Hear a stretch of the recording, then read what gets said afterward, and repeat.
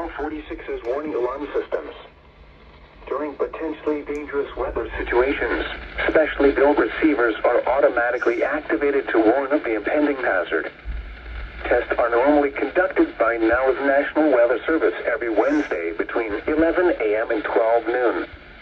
When there is a threat of or existing severe weather in the area on Wednesday, the test is postponed until the first good weather day. Reception of this broadcast and the warning alarm will vary from place to place. This variability, normally more noticeable at greater distances from the transmitter, will occur even though you are using a good quality receiver in perfect working order. The warning alarm will be activated for launches and warnings affecting the following counties: Christian, Dade, Dallas, Douglas, Greene, McLean, Lawrence, Polk, Stone, Taney, Webster, and Wright. This has been a test of the NOW Weather Radio Warning System. We now return to normal programming.